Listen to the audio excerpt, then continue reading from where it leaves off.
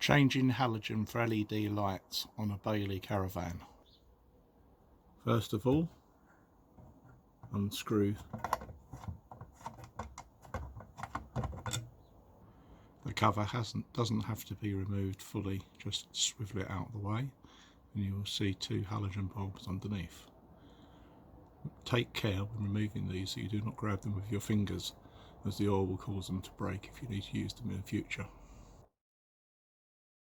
When removing the bulb, use a piece of paper to ensure that you do not get grease on the bulb.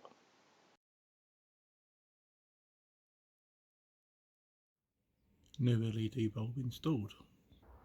There you go, 5-minute job, and you now have LED lighting of 4 watts versus 40 watts from the halogens. Job done. Now on to the second.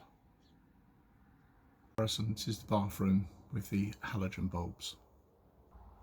And the after. No difference in light level and significant saving in battery power.